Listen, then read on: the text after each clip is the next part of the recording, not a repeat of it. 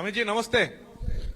PMLA prevention of money laundering act हम जानते हैं हमारा देश का काफी कड़ा एक आइन है, जिस आइन के दौरान अरविंद केजरीवाल जी तिहाड़ जेल चला गया, हेमंत सोरेन जेल चला गया। लेकिन यहाँ वेस्ट बंगाल में ईडी कलकत्ता हाईकोर्ट में रिपोर्ट दिया है, एक कंपनी है लीप्स एंड बाउंड्स जिसका 150 करोड़ रुपया सीज हुआ है, लेकिन उसका मालिक अभी तक अरेस्ट नहीं हुआ। उसका नाम है अभिषेक बैनर्जी, एमपी आप जानती है। इसीलिए सेटिंग्स वगैरह ये जो लोग प्रश्न कर रहे हैं, इसीलिए सेटिंग्स वगैरह ये हवा उठ रहे हैं, नैरेटिव्स उठ रहे हैं। बीजेपी का जो लोअर लेवल का नेता भी है वो भी पूछ रहे हैं कि क्यों अभिषेक बैनर्जी अरेस्ट नहीं हुआ, उसका कंपनी का 150 करोड़ रुपया सीज हुआ फिर भी अरेस्ट नहीं हुआ।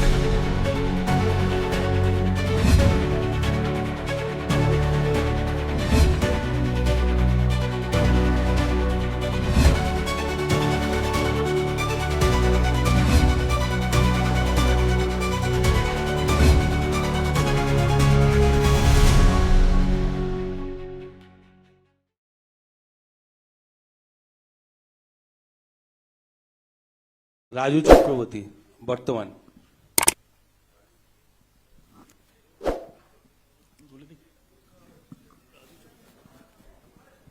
चलो भाई दूसरे कोई खड़े हो जाओ।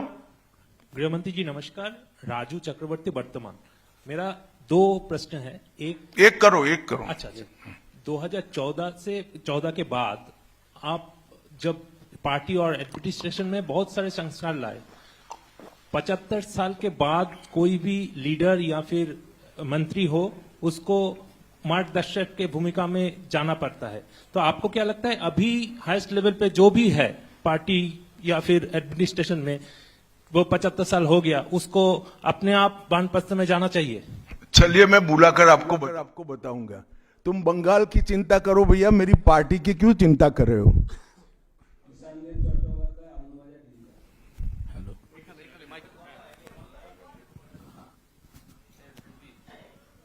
Amit ji, there is anxiety among the Motua communities regarding the papers and documents to be produced in the SIR process. And would you like to consider anything so that they can get rid of their anxiety? मतुआओं को डरने की कोई जरूरत नहीं है। ये Bharatiya Janata party का वादा है। जो शरणार्थी बंगाल में आए हैं वो भारत के नागरिक है, इनका कोई नुकसान नहीं कर सकता, ममता बनर्जी भी नहीं कर सकती। Amit ji, this is Atri Mitra from Indian Express. पिछले कई इलेक्शन में हम लोग देखे हैं कि your ground level organisation was failed to dominate in the day of election with TMC. So is your organization is ready for now in 2020? आपने ध्यान से नहीं देखा है। मैंने इसीलिए पहले भाजपा की विकास यात्रा, भारतीय जनता पार्टी की विकास यात्रा बनाई। हम 3 सीट पर थे, 77 पर पहुंचे हैं और 77 से अब एज अ मुख्य विरोध पक्ष हमारा अधिकार है कि विफल सरकार को उखाड़कर हमें जनता शासन देगी। हम 77 सीट पर ऐसे नहीं पहुंच सकते, 18 सीटें ऐसे नहीं जीत सकते हैं। हमारा काम बूथ तक पहुंच चुका है, इसी के कारण हमें सफलता मिली है। संजीत बख्शी, दूरदर्शन। आप विकास की बात कर रहे थे। हम अलग अलग शहर में जब मेट्रो की बात करते हैं तो हम मेट्रो की सूचना घोषणा देखते हैं और बाद में 2-3 महीने बाद मेट्रो चढ़ते हैं। लेकिन कोलकाता में हम देखते हैं कि हम बचपन से मेट्रो का काम चलते रहते हैं और खास तौर से मैं जब ऑफिस जाता हूं देखता रहता हूं कि एक जगह है जहां पे मेट्रो का काम आधा अधूरा पिछले कई सालों से है और 2-3 बार हाईकोर्ट का इंटरवेंशन के बावजूद भी वो काम हो नहीं पा रहा है और इसीलिए कई सारे जो यात्री है काफी उसका दिक्कत हो रही है। तो ये जो यहाँ पे विकास का काम इस तरह से केंद्र और प्रदेश की खींचतानी में रुकावट देखते हैं, इसमें कैसे इसका इलाज किया जाता है? बैठ जाइए। देखिए, भारत सरकार पूरे देश में इंफ्रास्ट्रक्चर के डेवलपमेंट के लिए बहुत सारे काम कर रही है। अगर भारत सरकार का पक्षपाती कामकाज का तरीका होता तो वो तमिलनाडु को भी अप्लाई हो सकता था, तेलंगाना को भी अप्लाई हो सकता था और हर राज्य को अप्लाई हो सकता था। सभी जगह इंफ्रास्ट्रक्चर के काम अच्छे चल रहे हैं। सिर्फ बंगाल में तकलीफ क्यों आ रही है? क्योंकि मेट्रो हवा में नहीं चल सकता, भूमि चाहिए। भूमि पर जो एंक्रोचमेंट है वो खाली कराने का काम राज्य सरकार का है। यहां भारत सरकार जो भी योजना लाए इसका विरोध करना, ये मानसिकता से सरकार चल रही है, जो बंगाल का भी भला नहीं कर रही है, देश का भी भला कर रही नहीं। क्यों तमिलनाडु की मेट्रो में प्रॉब्लम नहीं हो रहा है? क्यों तेलंगाना की मेट्रो में प्रॉब्लम नहीं हो रहा है? यूपी में लखनऊ में मेट्रो तब लगी जब अखिलेश जी मुख्यमंत्री थे, वहां पर भी प्रॉब्लम नहीं हुआ। मेरा तो आपसे आग्रह है, इतने अभ्यासु पत्रकार हो, कुछ पत्रकारों का संघ बनाकर इसके डेप्थ में जाकर व्हाइट पेपर बाहर निकालो कि सारी योजनाएं क्यों अटक गई है, तो आपको मूल कारण मालूम पड़ जाएगा। एबीपी।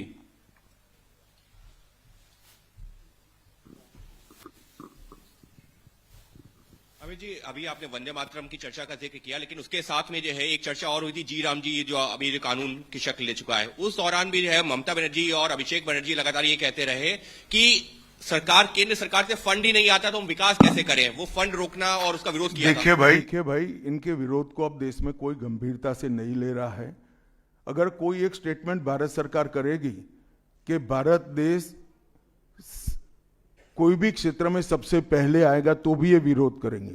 विरोध उनका स्वभाव हो चुका है। इनके विरोध को कोई गंभीरता से नहीं ले रहा है, ना जमीन पर इसका कोई विरोध का असर दिख रहा है। लोहिया, एनडीटीवी। गृहमंत्री जी नमस्कार।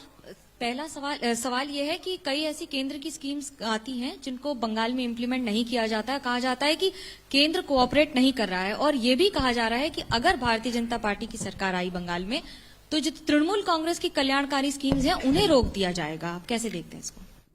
देखिए, मैं बंगाल की जनता को यह अपप्रचार चल रहा है, इससे स्पष्ट रूप से भारतीय जनता पार्टी की ओर से कहना चाहता हूं कि भारतीय जनता पार्टी की सरकार बनने के बाद अभी की जो सरकार जो स्कीमों के नाम से जो कुछ भी चला रही है, एक भी स्कीम बंद नहीं होगा। और हमारे घोषणा पत्र में हम जितने भी स्कीमें करेंगे उसको जमीन पर उतारेंगे। ये हमारा रिकॉर्ड है, ट्रैक रिकॉर्ड है, देश भर में है। उज्जवल राय, एएनआई। सर, आपने सबसे पहले ही घुसपैठियों की बात की है, जो सबसे बड़ा मुद्दा देश के लिए भी है, और खासकर पश्चिम बंगाल जिस तरह से बांग्लादेश का अभी मौजूदा हालात है उसको देखते हुए। लेकिन जो सवाल आपने किया है उस पे प्रतिक्रिया ये मिलती है कि बीएसएफ तो केंद्र के अधीन है, आखिर ये विरोधाभास। तुम कहां भाभी जी को याद करते थे? मैंने पहले ही जवाब दे दिया। बीएसएफ जब तक फेंसिंग नहीं होती है तब तक बीएसएफ सुरक्षा नहीं कर सकती है। बीएसएफ को भूमि देनी पड़ेगी फेंसिंग के लिए भारत सरकार को। मेरे स्तर पर मैंने 7 पत्र लिखे ममता बनर्जी को। ये 6 साल के अंदर 3 बार गृह सचिव यहां आकर मीटिंग कर गए चीफ सेक्रेटरी से। मैं पूछना चाहता हूं तृणमूल कांग्रेस की सरकार को, जमीन देने में क्या डर है? कि आपकी कोई रिस्पॉन्सिबिलिटी नहीं है, या आप घुसपैठ होने देना चाहते हो? और फिर भी नदी नाले जंगल कहीं से कोई घुसपैठिया आ जाता है, कहां आता है? सबसे पहले गांव के थाने और पटवारी के बगैर कोई रह सकता है? इसके डॉक्यूमेंट कौन बना रहा है? बंगाल सरकार बना रही है। देश भर से जो घुसपैठिए पकड़े जा रहे हैं, इनके पास से बंगाल के डॉक्यूमेंट, फर्जी डॉक्यूमेंट पकड़े जाते हैं। उन्होंने घुसपैठियों को अपनी वोट बैंक मजबूत करने के लिए राज्य सरकार की नीति के रूप में स्वीकार कर लिया है। इसलिए मैं कहता हूं कि तृणमूल कांग्रेस घुसपैठ नहीं रोक सकती। बंगाल की डेमोग्राफी खतरनाक तरीके से बदल रही है और आने वाला समय बहुत चिंताजनक है। 2024 के चुनाव से पहले बंगाल में मंदिर मस्जिद की राजनीति शुरू हुई है। आपको पता होगा मुर्शिदाबाद में बाबरी मस्जिद का। एक मिनट, मंदिर और मस्जिद दोनों की राजनीति कौन कर रहा है? एक तृणमूल से निकले हुए एमएलए कर रहे हैं और एक तृणमूल कांग्रेस कर रही है। तो सवाल का एड्रेस गलत है, सवाल तो सही है। निर्माण से बंगाल और भारत में शांति का माहौल बिगड़ सकता है। देखिए, चुनाव के वक्त ये सब करने की परंपरा कितनी उचित है वो बंगाल की जनता को तय करना पड़ेगा। मगर मुद्दा यहाँ तक सीमित नहीं हुआ है, युवाओं की रोजगारी का है, महिलाओं की सुरक्षा का है, घुसपैठ का मुद्दा है, भ्रष्टाचार का मुद्दा है, इंडस्ट्रीज के पलायन का मुद्दा है, गिरते जा रहे इंफ्रास्ट्रक्चर के स्तर का मुद्दा है। ढेर सारे मुद्दे हुए, कहीं से बच नहीं सकते।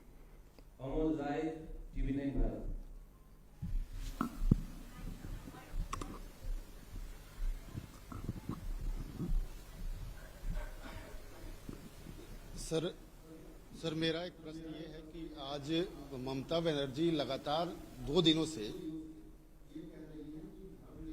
का एक अपना स्वभाव है, लेकिन उनपे जो है तुष्टीकरण का आरोप लगाया जा रहा है और लगातार वो पहले भी मंदिर एक बनवाई है अभी उड़ीसा के तर्ज पे, और दूसरा एक और घोषणा उन्होंने कर दिया महाकाल मंदिर बनाने का। तो चुनाव की दृष्टि से क्या आपको लगता है कि इसका मैं तो भाई किसी भी कारण से मंदिर बनाते ही इसका स्वागत करता हूं, मगर बहुत देरी कर दी है उन्होंने।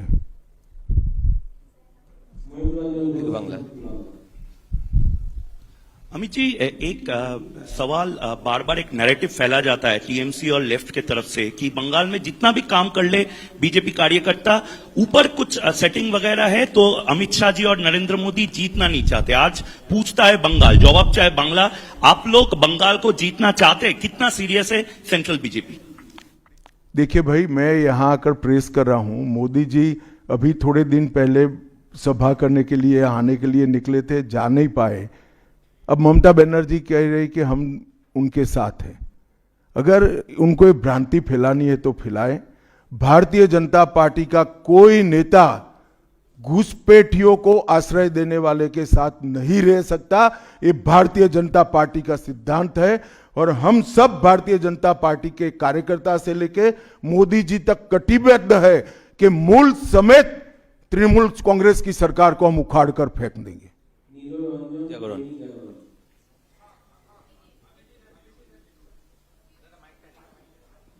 जी मैं यहाँ, ये अभी आप कह रहे थे कि 3000 जो हैं भाजपा के कार्यकर्ता जो हैं घर छोड़कर भागना पड़ा उनको इलेक्शन के कारण, 300 की हत्या भी हुई है। फ्री एंड फेयर इलेक्शन कैसे होगा अगर मतलब लोग जा ही नहीं पाएंगे बूथ पर? तो देखिए ऐसी ही नीतियां अपनाई थी कम्युनिस्टों ने, मगर सत्ता परिवर्तन हुआ या नहीं हुआ। ऐसी ही नीतियां अपनाई थी उत्तर प्रदेश में समाजवादी पार्टी ने, सत्ता परिवर्तन हुआ या नहीं हुआ। लोकतंत्र में जनता महान होती है और जनता जब तय कर सकती है, कर लेती है, किसी भी तानाशाह का कुछ नहीं चलता। CNN News 18. Sir, there has been a huge attack by the Trinamool leaders that the election commission is BJP commission. That's what they say, and whatever deletion is taking place, that is at the behest of BJP. So how do you react to that, sir? देखिए, ममता जी के पास से और कोई अपेक्षा रख नहीं सकते।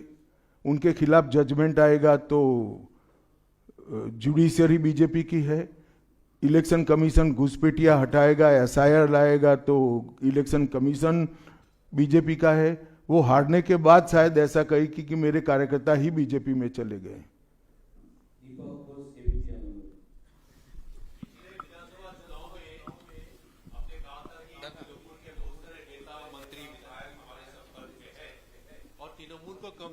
मैंने नहीं कहा भैया, ऐसा कभी नहीं कहा। हाँ आए ही है।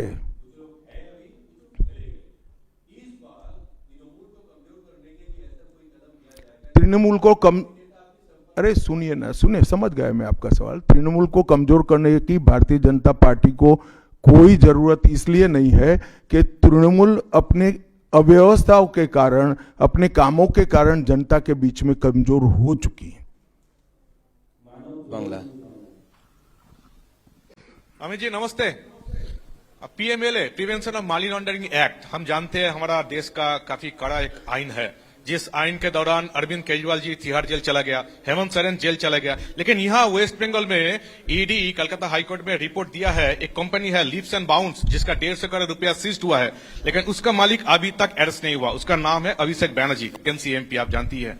इसीलिए सेटिंग्स वगैरह ये जो लोग प्रश्न कर रहे हैं, इसीलिए सेटिंग्स वगैरह ये हवा उठ रहे हैं, नैरेटिव्स उठ रहे हैं। बीजेपी का जो लोअर लेवल का नेता भी है वो भी पूछ रहे हैं कि क्यों अभिषेक बनर्जी अरेस्ट नहीं हुआ, उसका कंपनी का 150 करोड़ रुपया एसीज हुआ फिर भी अरेस्ट नहीं हुआ। बीजेपी के लोअर लेवल के नेता का मुझ पर छोड़ दीजिए, बाकी भारतीय जनता पार्टी किसी भी एजेंसी के काम में दखल नहीं देती है। एजेंसी जो न्यायिक काम होगा वो जरूर करेगी, किसी से डरेगी भी नहीं, किसी को बचाएगी भी नहीं।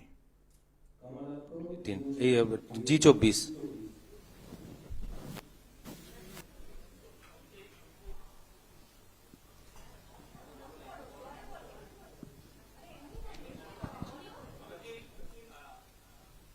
चुनाव के पहले आप जब बंगाल आते हैं, अब तक एक टारगेट देते हैं बीजेपी लीडर और सभी को, तो इस साल 26 के चुनाव के पहले सुने नहीं, मैं कहा 2/3 बहुमत के साथ सरकार बनाएंगे, 2/3 मेजोरिटी के साथ सरकार बनाएंगे, तो टारगेट हो ही गया। चलिए धन्यवाद। अब सवाल फैब्रिकेट हो रहे हैं।